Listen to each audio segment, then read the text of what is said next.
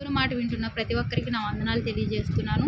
ఈరోజు దేవుని మాట యోహాను సువార్త 6వ అధ్యాయము 60వ వచనం. ఇది కఠినమైన మాట, ఇది ఎవడు వినగలడని చెప్పుకొనిరి. ఆయన శిష్యులలో అనేకులు ఈ మాట విని ఇది కఠినమైన మాట అని శిష్యులు చెప్పుకుంటున్నారు. ప్రియ స్నేహితులారా, సహోదరి సహోదరులారా, దేవుని మాట వింటున్న చిన్నలారా పెద్దలారా, ఆయన శిష్యులు ఏమనుకుంటున్నారంటే దేవుడు సమాజ మందిరంలో ఉండి ఆయన బోధించుచుండగా ఇది చాలా కఠినమైన మాట, ఇది ఎవరు వినగలరు అని చాలామంది శిష్యులు అనేకులు చాలామంది అనుకుంటున్నారు. శిష్యులే కఠినమైన మాట అనుకున్నప్పుడు మనం కూడా దేవుణ్ణి ప్రేమించలేని పరిస్థితిలో ఉన్నప్పుడు ఆయన ఒక మాట చాలా కఠినంగా ఉంటుంది, ఇష్టం లేని దానిగా ఉంటుంది. ఎప్పుడైతే ఆయన ఒక ప్రేమను మనం గుర్తెరిగి ఆయన ప్రేమిస్తున్న విధానాన్ని జ్ఞాపకం చేసుకొని ఆయన మాట వింటే చాలా తేలికగా ఇష్టంగా కఠినమన్న మాటే ఉండదు. దేవుని ప్రేమిస్తే ఇప్పుడు మనల్ని బాగా ఇష్టపడేవారు ఒక మాట చెప్తే మనం చాలా ఇష్టంగా ఆ మాట వింటాము. అది ఎంత కష్టమైనా సరే ఇష్టంగా వింటాము. అదే మనకి ఇష్టం లేని వాళ్ళు ఏదైనా పని చెప్తే మనకు చాలా కష్టంగా ఉంటుంది, అసలు మన మనసుకి ఇష్టమే ఉండదు. ప్రియ సహోదరి సహోదరులారా, శిష్యులు కఠినమైన మాట అని అనుకుంటున్నారు. అదే రీతిగా వారి స్వభావం కలిగే మనము ఉన్నాము. వారు మనుషులే, మనము మనుషులమే. నిన్న నేడు ఒకటే రీతిగా ఉంది. ఈ కాలం, సమయం, భూమి అంతా ఒకటే రీతిగా ఉంది, ఏమాత్రం మార్పు లేదు. అదే రీతిగా మనుషులమైన మన స్వభావాలు కూడా అందరి ఒకటే. ఒక్కొక్కరిది ఒక్కొక్క రకమైన గుణాలు ఉండొచ్చు, కానీ మానవ స్వభావం అందరిది ఒకటే. మంచివారు చెడ్డవారు అని ఏమాత్రం తేడా లేదు, మట్టి స్వభావం అందరిది ఒకటే. దేవుణ్ణి ఎప్పుడైతే మనం ప్రేమిస్తామో ఆయన మాట మనకి చాలా ఇష్టంగా, చాలా సుఖంగా, ఆనందకరంగా, అదే రకంగా ఎంతో ఊరటనిచ్చేదిగా ఉంటుంది ఆయన మాట. దేవుడు మనల్ని ఎంతగానో ప్రేమించాడు, ఈ లోకానికి వచ్చాడు. ఆయన జీవించినంతకాలం ఎన్నో కార్యాలు, ఎన్నో ఆశ్చర్యకార్యాలు, కుంటివారిని బాగుపరిచాడు, గుడ్డి వారికి చూపించాడు. అలాగే పక్షవాతం కలిగిన వారిని లేపాడు. అలా ఎన్నో ఒకటి కాదు రెండు కాదు, ఎన్నో కార్యాలు ఆయన ఎంతో మందిని లేపాడు. మరణించిన వారిని సైతం ఆయన లేపాడు. అలా ఎన్నో కార్యాలు, అద్భుత కార్యాలు, ఆశ్చర్య కార్యాలు, కంటికి కనబడనివి, చెవికి వినబడనివి ఎన్నెన్నో ఆశ్చర్యం కలిగించే సంఘటనలు ఆయన చేశారు భూమి మీద ఉన్నప్పుడు. ఆయన మన కొరకు ఎంతగానో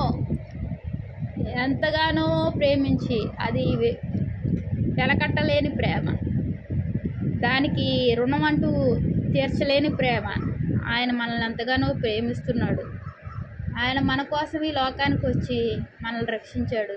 ఆయన ఒక విలువైన రక్తంతో సిలువలో కార్చి విలువైన రక్తంతో కొనుక్కొని మనల్ని ప్రేమించి రక్షించాడు. కాబట్టి మనము ఆయన్ను ప్రేమిస్తే ఆయన మన దగ్గరికి వచ్చే దేవుడుగా ఉన్నాడు.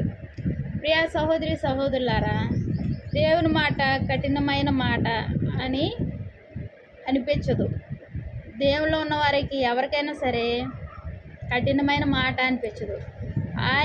ఆయన వాక్యము వినబడుచుండగా మన యొక్క లోపాలు సరిచేసుకున్న వారమై ఇంకా ఆయన యొక్క దగ్గరకు సమీపంగా వెళ్తే ఆయన గొప్ప కార్యాలు మన జీవితంలో చేసే దేవుడుగా ఉన్నాడు. దేవునికి వందనాలు. ఒక చిన్న పాట పాడుకుందాం.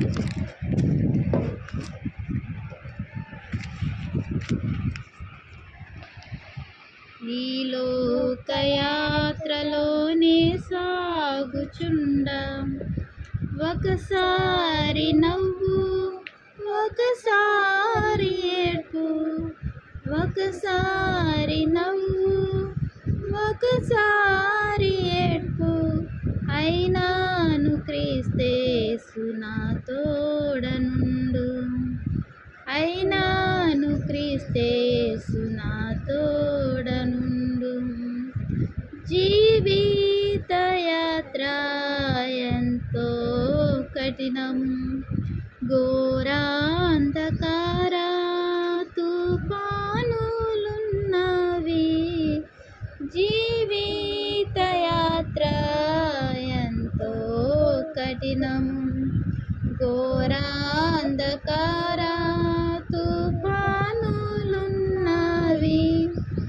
అభ్యంతరములు ఎన్నెన్నో ఉండు, కాయువారెవరు,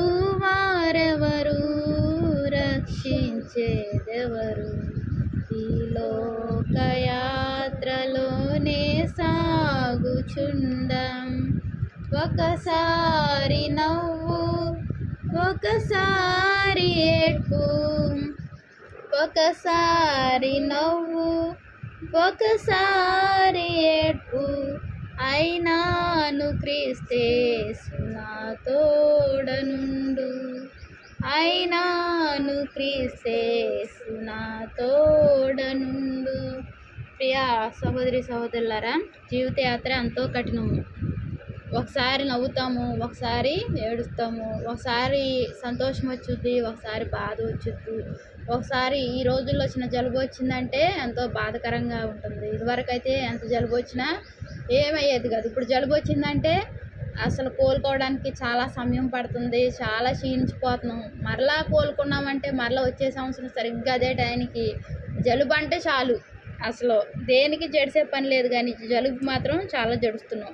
ఇలాగ పరిస్థితులు ఇలాగా అయినా సరే దేవుడు మనల్ని కాపాడుతూ నడిపిస్తూ ఇలా యాత్రలో మన ముందు వెనక ఉండి చాలంత దేవుడిగా ఉంటున్న దేవునికి మనం వందనాలు తెలియజేద్దాం. చిన్న ప్రార్థన చేసుకుందాం.